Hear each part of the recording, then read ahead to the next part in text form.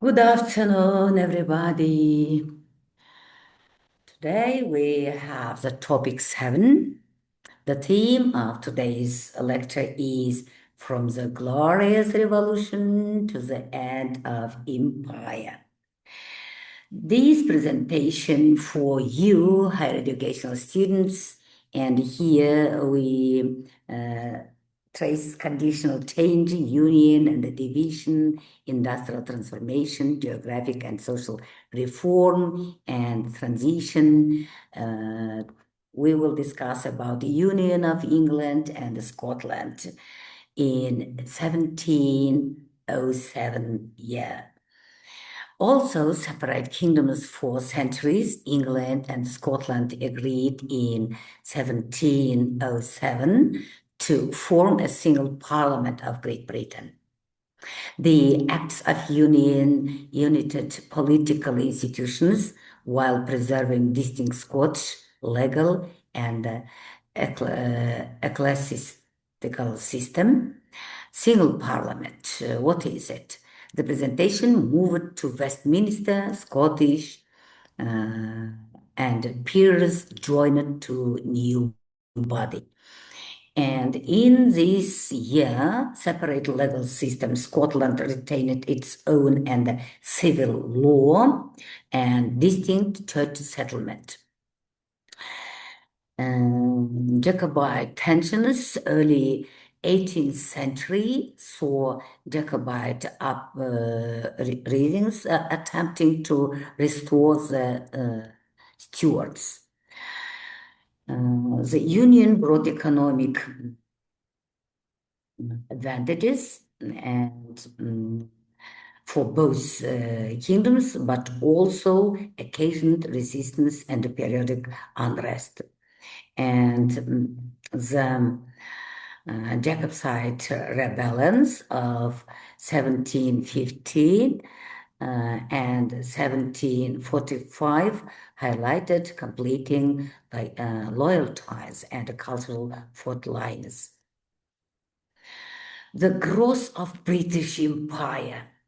What was began the empire growing as nowadays? Yes, it was began from 17th century and until 19th century, from trading outposts and colonies in North America to extensive rule across Asia, Africa, and Caribbean, Britain expanded overseas throughout the 17th to 19th centuries. Competition with France and other European powers drove exploration, commercial enterprise, and military conflict. Okay, here I given in 3 chapters their colonies and trade, conflict and rivalry, legacy and commonwealth you may see in these chapters. Okay, some industrial revolution, how it was grown, as you see here from this slide, from 1760 to 1830 and beyond. Yes, Britain led and the first phase of industrialization, mechanized textile production, steam power, iron manufacture, and new production methods transformed economic and social life. The period saw rapid urban growth, new transport networks, and profound changes in work and living conditions. And here are given urbanization, transport revolution, working conditions, and model settlements. I want to take your attention to urbanization. Rural population moved to industrial towns such as Manchester, Birmingham, and Sheffield. And working conditions, factory labor, long hours, and slums were common and prompting early social reforms and philanthropic projects. Transport revolution, canals, late 18th century, and railways, first passenger line was 1908, sorry, in 1825, improved movement of goods and people. Okay, model settlements, examples such as Saltire showed efforts by industrialists to provide housing, schools, and churches for workers. The, about population data, the first modern census in England and Wales took place in 1801. I want to say that the beginning of 18th, 800 years has generally been held every 10 years since, except 1941. Censuses collect demographic information essential for government planning, resource allocation, and historical research. Its purpose and confidentially and modernization, you may read from this slide. And religious freedom and Catholic emancipation. Here was slow progress. Change was incremental, and Protestant dissenters preceded full legal equality for Catholics and other groups. Catholic emancipation reduced many civil and legal disabilities of Catholics, allowing them to hold public office and sit in parliament. Okay, what about legacy? The religious liberty became an accepted principle in British public life and influenced wider debates about civil rights and inclusion. The Reform Acts and electoral change, as you remember, that when the England was reformed the first time, we said that their culture life with electricity began from 1800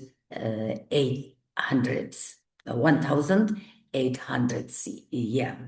And you see here 1832 that here was Reform Act.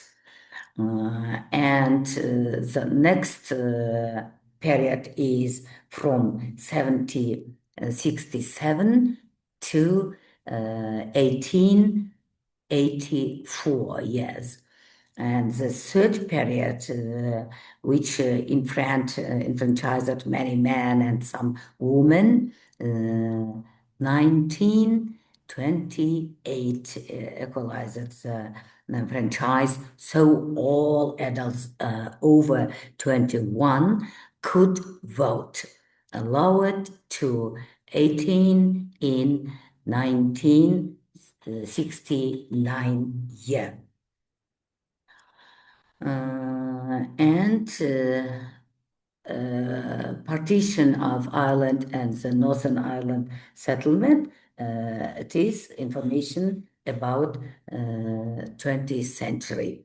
Ireland had deep historical ties with Great Britain, but growing nationalist movements and completing identities led to partition.